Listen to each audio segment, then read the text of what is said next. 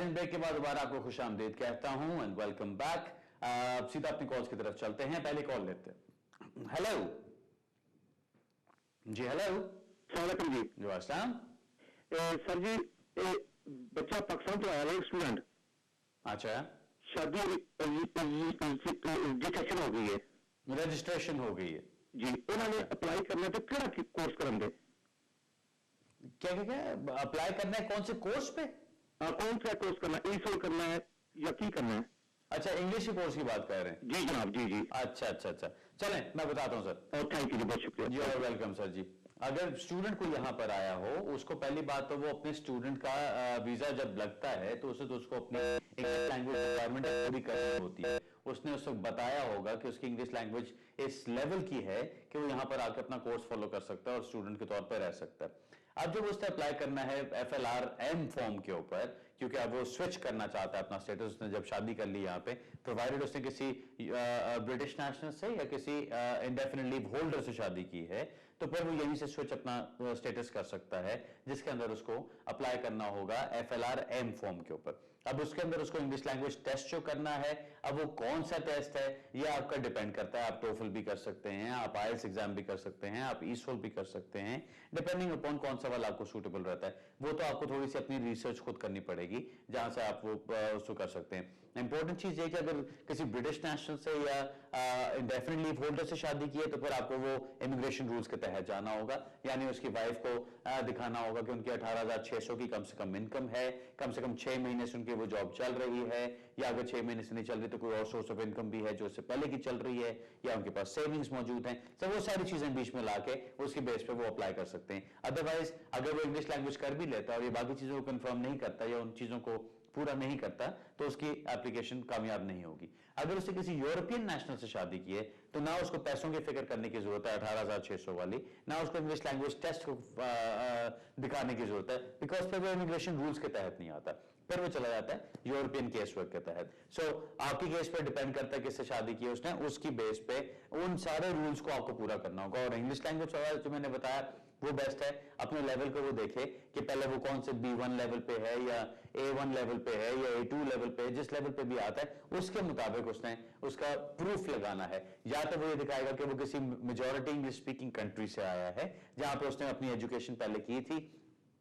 अब अगर वो यहाँ पे स्टूडेंट के तौर पे आया, फॉर एग्जांपल वो मास्टर्स करने के लिए आया है, उससे पहले उसने बैचलर्स कहीं और से किया जो कि एक मेजॉरिटी इंग्लिश स्पीकिंग कंट्री थी, या जहां पे उसने जो उसकी डिग्री उसको पढ़ाई गई वो सारी इंग्लिश में पढ़ाई गई, अगर वो प्रूफ लगा सकता है तो उसको टेस्ट करने की जरूरत नहीं है। अगर नहीं लगा सकता तो फिर उसको कोई ना कोई टेस्ट करना पड़ेगा। अब वो IELTS भी कर सकता है और जिससे मैंने बताया बाकी नंबर ऑफ टेस्ट हैं जिनमें से कोई वो चूज करके उनमें से कोई एक कर सकता है। ओके जी, अगला सवाल लेते हैं। हेलो हेलो जी, हेलो, सॉरी आपकी आवाज बहुत ही कम आ रही है, मुझे बिल्कुल आवाज नहीं आ रही आपकी, दोबारा बोलिए। वालेकुम सलाम।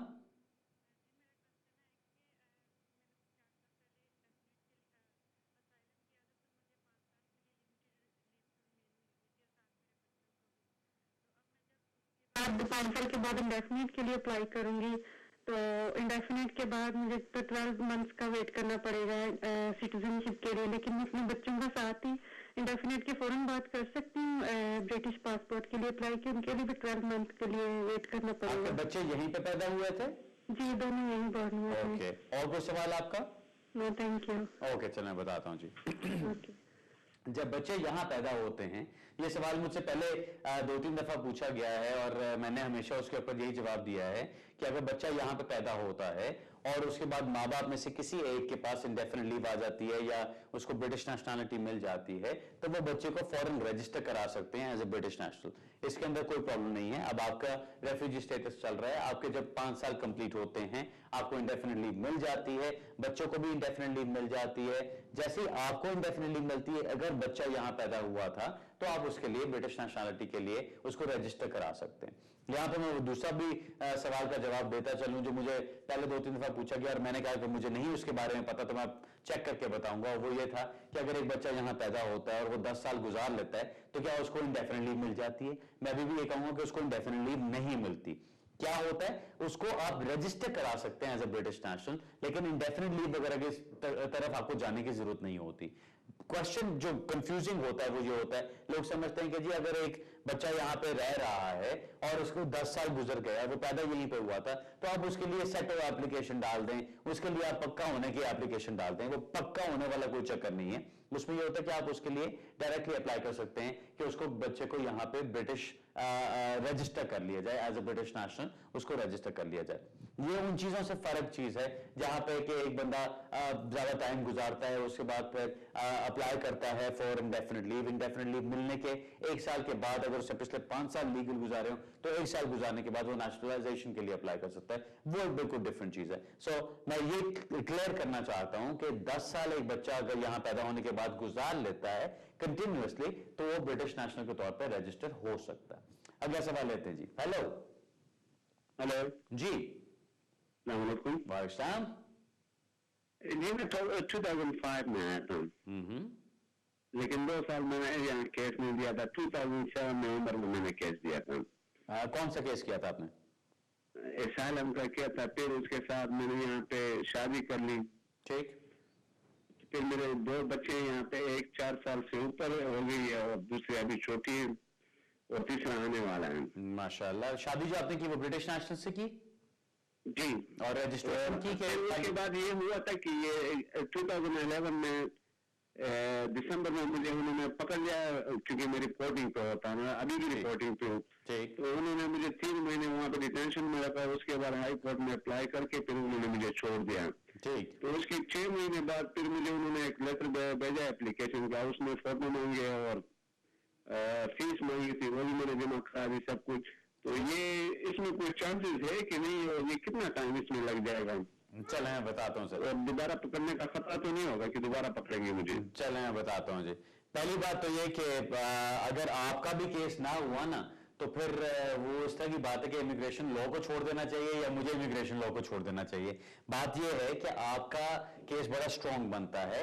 आप यहाँ पर आए, आपको इतना टाइम गुजर गया है यहाँ पे, और आपने शादी की, आपकी जेन्युइन सब्सिस्टिंग मैरिज है, आपके बच्चे हो चुके, बच्चों की इतनी एजेस हो चुकी, बच्चे इतने सेटल्ड हैं आपके साथ। ये सारी चीजें फैक्टर्स ऐसे हैं कि जिनकी बेस पे आपको बिल्कुल स्टेटस मिलना चाहिए। जैसा मैंने प्रोग्राम के शुरू में उन साहब का जिक्र किया जिनका मैंने पहले बताया था, जिनसे बर्मिंघम में मुलाकात हुई कि 19 साल के बाद भी अभी तक स्टेटस नहीं मिला उनको। ये उस तरह का एक वो यूनिक टाइप केस आपका ही बन जाएगा अगर आपको उन्होंने स्टेटस ना दिया। आपसे उन्होंने फोटोग्राफ्स वगैरह मांगी हैं, जो कुछ भी आपसे पैसे मांगे हैं। अब आपका जो मुझे सेंस समझ आती है वो ये है कि आपकी रिप्रेजेंटेशंस कोई की गई जिनके ऊपर आपको उन्होंने फिर भी डिटेन कर लिया और हाई कोर्ट से जाके आपने लड़ा के वहां से अपने आप को निकलवाया। अब होम ऑफिस ने फैसला ये किया है कि वो आपकी जो रिप्रेजेंटेशंस हैं उनको एज एन एप्लीकेशन देखेंगे। तब उन्होंने आपसे फोटोग्राफ्स मांगी होंगी और तब उन्होंने आपसे फीस मांगी होगी। अब आपकी फीस चली गई, आपकी फोटोग्राफ्स चली गई, तो वो आपकी एक तरह की एप्लीकेशन बन जाती है। तो इसके ऊपर आपको डेफिनेटली स्टेटस मिलना चाहिए। अब जो आपकी दूसरी बात आपने पूछी कि आपको खतरा ये तो नहीं कि आपको पकड़ लेंगे, बिठा लेंगे, इसमें मैं आपको ये चीज बताता जाऊं कि कोई भी बंदा, कोई भी जो इस वक्त इमिग्रेशन कंट्रोल में है, उनको डिटेन किया जा सकता है। प्रिंसिपली अगर आप देखें असूलन किसी को भी जिसके पास स्टेटस नहीं है यूके में, उसको डिटेन किया जा सकता है और उसको रिमूव किया जाता है। So you continue to be a person liable to be detained and be removed. ये दोनों चीजें सब उन लोगों के साथ रहती हैं जिनके पास कोई स्टेटस नहीं। लेकिन होता क्या है कि किसी ऐसे इंसान को पकड़कर निकालने की जरूरत नहीं जिसके एक केस पेंडिंग हो या जो रिपोर्टिंग पे आ रहा हो एज रिक्वायर्ड, और उसके अभी इतना स्ट्रॉन्ग केस पीछे बनता हो कि उसके बाद जब फैसला किया जाएगा तो उसको स्टेटस मिलने के चांसेस हैं, उनको रिमूव नहीं किया जाता। अभी आई एम श्योर आपको पता होगा, आपने सुना होगा कि कल एक फ्लाइट पे कोई मेरे ख्याल है 60-68 लोगों को यहां से भेजा गया है, और अब 27 सितंबर की भी एक फ्लाइट चार्टर हुई हुई है जो रात को 2:25 का या 2:20 का उसका टाइम है, और वो लोग ये समझे जी 27 तारीख है, 27 तारीख, 26 तारीख आखिरी बनती है अगर कोई रिप्रेजेंटेशंस करनी है। अब ये जो फ्लाइट चार्टर की जा रही है पाकिस्तान भेजने के लिए, ये सारे उन पाकिस्तानी लोगों के लिए है जिनके केसेस खत्म हो चुके हैं, उनको डिटेन किया जा रहा है, डिटेन करके उनको रिमूवल डायरेक्शंस दी जा रही हैं और उनको निकालने की कोशिश की जा रही है, ये करके कि बस एक दफा कर गुजरो, देखी जाएगी कल को जो भी होता है। अब हम लोग इसके लिए जो कोशिश कर रहे हैं वो ये कि हम फौरी तौर पे उनके लिए जुडिशियल रिव्यू एप्लीकेशन करके स्टे ऑर्डर के लिए अप्लाई कर रहे हैं कि उनको स्टे ऑर्डर लेके किसी तरह से रुकवाया जाए। अब आज मेरे पास एक केस आया किसी तरह के डिटेन बंदे का, अब वो बंदा यहां पर आया, उसका केस होम ऑफिस ने रिफ्यूज कर दिया क्योंकि उसका कॉलेज हट गया था लिस्ट पे से। अब कॉलेज हट जाने से उसका मतलब ये तो नहीं कि आप उसको पकड़ के यहां से वो क्रिमिनल्स की तरह निकालो। अब उसे कॉलेज हट गया, उन्होंने उसको लेटर भेजा, वो उस बेचारे को लेटर ही नहीं मिला क्योंकि उसका एड्रेस चेंज हो चुका हुआ था और कॉलेज वालों ने होम ऑफिस को इन्फॉर्म नहीं किया। अब इतनी ज्यादती वाली बात है कि इसके अंदर हम जब हाई कोर्ट में जाते हैं तो इंशाल्लाह हमें इस पे जरूर रिलीफ मिलनी चाहिए। अब जब ये रिलीफ मिलेगी तो हम उसको फ्लाइट पे चढ़ने से रुकवा सकते हैं। बात सारी ये आती है कि जिन लोगों को इन मुश्किलात में डाला जाता है ये वो लोग हैं जिनके पास कोई स्टेटस नहीं होता।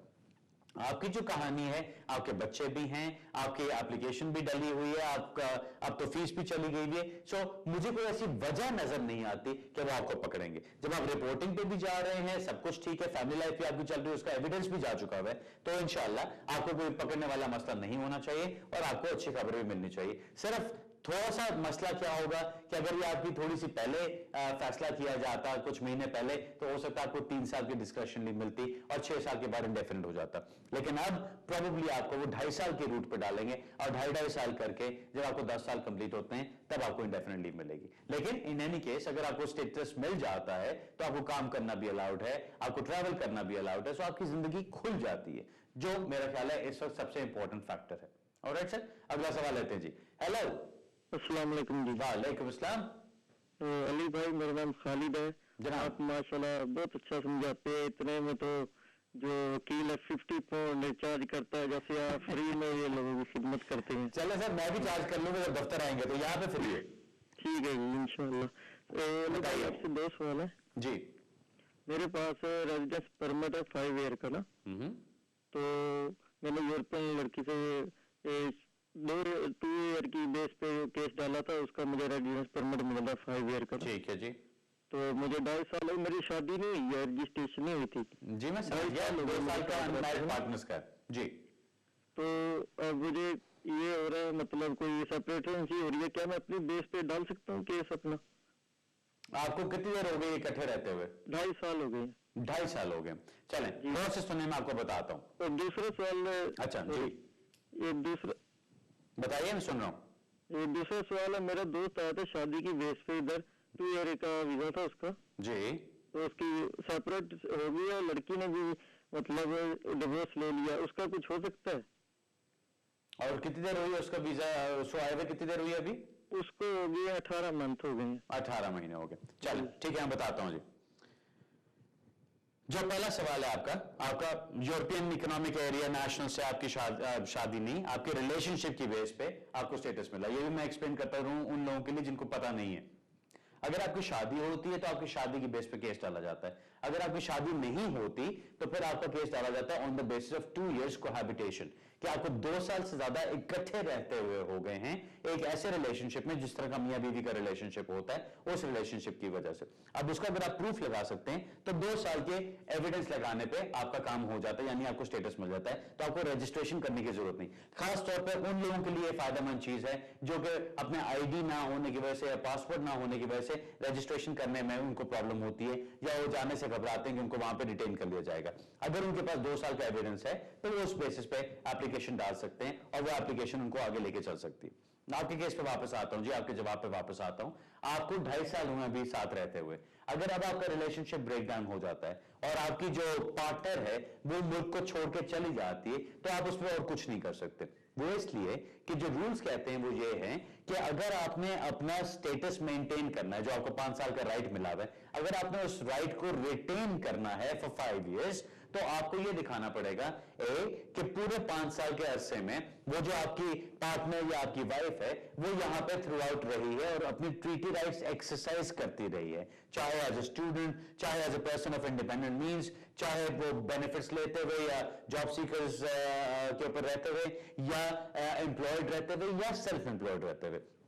जिस भी तरह से उन्होंने किया, उन्होंने अपने ट्रीटी राइट्स एक्सरसाइज किए पूरे 5 साल। सेकंड, आपको दिखाना पड़ेगा कि जो आपका रिलेशनशिप था वो कम से कम 3 साल चला है। अब आपको अगर स्टेटस मिले हुए 2.5 साल गुजरे हैं और रिलेशनशिप उससे 2 साल से पहले का चल रहा था तो आपके रिलेशनशिप को टोटल 4.5 साल हो जाते हैं। सो उस सूरत में आपको थोड़ा सा टाइम और इंतजार करना है और सारा एविडेंस साथ लगा के आप 5 साल की बेस पे अप्लाई कर सकते हैं। दूसरी बात यह है कि अगर आपको वो 2.5 साल अभी सिर्फ रिलेशनशिप को स्टार्ट किए हुए तो वो आपका अगर ब्रेक डाउन हो जाता है 3 साल से पहले, तो ये चीज आपके ऊपर अप्लाई नहीं होगी, उसमें आप फिर अप्लाई नहीं कर सकते। सो अगर आपका रिलेशनशिप चलता रहता है ओवर 3 इयर्स और फिर जाके ब्रेक डाउन होता है, तो फिर आप अपने रिटेंशन ऑफ राइट्स की बात कर सकते हैं। फर्दर मोर आपको अपने रिटेंशन ऑफ राइट्स की एप्लीकेशन में यह भी दिखाना पड़ेगा कि जितना टाइम आपने अपने पार्टनर से अलग गुजारा है, आप अपने आप को अकोमोडेट और मेंटेन करते रहे हैं without recourse to public funds. Just like अगर आप एक यूरोपियन नेशनल के तौर पे यहां पर होते और काम कर रहे होते और ट्रीटी राइट्स एक्सरसाइज कर रहे होते। सो ये सारे पॉइंट काफी टेक्निकल सी चीज है, बीच में लोग अक्सर इसमें कोई छोटी छोटी बातें मिस कर जाते हैं, लेकिन मैंने जितना आसान से आसान में इसको कर सकता था मैंने बना के आपको पेश कर दिए। सो ये चीजें आपको अपनी प्रूव करनी होंगी 5 साल गुजारने के बाद। अब कई लोग पूछते हैं जी 5 साल कहां से शुरू होते हैं, क्या वो वीजा की डेट से शुरू होते हैं या वो रिलेशनशिप की बिगिनिंग से शुरू होते हैं? अगर आपने शादी की है तो वो शादी की डेट से शुरू हो सकते हैं, अगर आपके पास प्रूफ मौजूद है। अगर आपका रिलेशनशिप की बेस पे है तो जब से आपका रिलेशनशिप का प्रूफ आपके पास मौजूद है, आप तब से उस टाइम को काउंट कर सकते हैं। बिकॉज ये जो एप्लीकेशंस होती हैं, EEA2 एप्लीकेशन कह लें या EEA3 एप्लीकेशन कह लें, ये एप्लीकेशंस आपकी कुछ स्टेटस लेने के लिए नहीं होती, ये आपका स्टेटस कंफर्म करने के लिए होती है। सो ऑटोमेटिकली स्टेटस आपका बन जाता है। ये एप्लीकेशंस सिर्फ आपको इन पेपर फॉर्म, इन डॉक्यूमेंट्री फॉर्म वो कंफर्म करके बताती हैं कि ये आपका स्टेटस है। ऑलराइट सर, तो ये तो आपका पहला सवाल हो गया। दूसरा सवाल आपने पूछा कि जी एक बंदा स्पाउस वीजा पे आया है, यहाँ पे 2 साल का वीजा था, 18 महीने हुए और रिलेशनशिप ब्रेकडाउन हो गया, डिवोर्स हो गई, अब वो क्या कर सकता है? अनलेस के उसको डोमेस्टिक वायलेंस का निशाना बनाया गया, अगर तो और कोई रीजन नहीं है तो फिर वो और कुछ नहीं कर सकता, फिर उसको वापस चले जाना चाहिए। 2 साल का जो वीजा लगा करता था, जो अब उन्होंने अब 2.5 साल का और फिर दोबारा 2.5 साल का करना है, वो ये था, उसकी जो मकसद था वो ये था कि आपने ये चीज प्रूव करनी है कि इन 2 साल में आपका रिलेशनशिप चलता रहा, आपकी एक फैमिली लाइफ चलती रही, मैरिड लाइफ चलती रही, और अगर आखिर में जाके 2 साल के बाद भी आपकी इंटेंशन है इकट्ठे रहने की और साथ रहने की और साथ चलने की और आपका रिलेशनशिप बिल्कुल ठीक चल रहा है, तो उसकी बेस पे आपको इंडेफिनेटली मिल जाती है।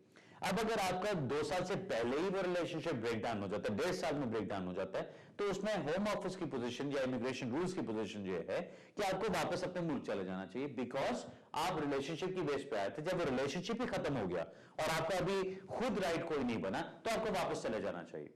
अगर आप कहते हैं कि नहीं जी मुझे डोमेस्टिक वायलेंस का निशाना बनाया गया, मुझे एक हब से बेजा में रखा गया, या मुझे इतना प्रेशर में रखा गया कि मैं कुछ और कर नहीं सकता था, मुझे ब्लैकमेल किया गया, वो सारी चीजें लाके उसकी बेस पे आप डोमेस्टिक वायलेंस की एप्लीकेशन डाल सकते हैं, जिसमें आप कह सकते हैं कि मैं स्पाउस वीजा लेकर आया, मुझे डोमेस्टिक वायलेंस का निशाना बनाया गया, ये उसका सारा प्रूफ मेरे पास मौजूद है, इस बेस पे मुझे सेटलमेंट दी जाए, तो उसमें आपको इंडेफिनेटली मिल सकती है। अदरवाइज अगर ये ना हो तो आपको किसी और कैटेगरी में जाना पड़ेगा, और उसके लिए आपको एक्सपेक्ट करते हैं कि आप वापस अपने मुल्क जाएं और वहां से जाके अप्लाई करके आए।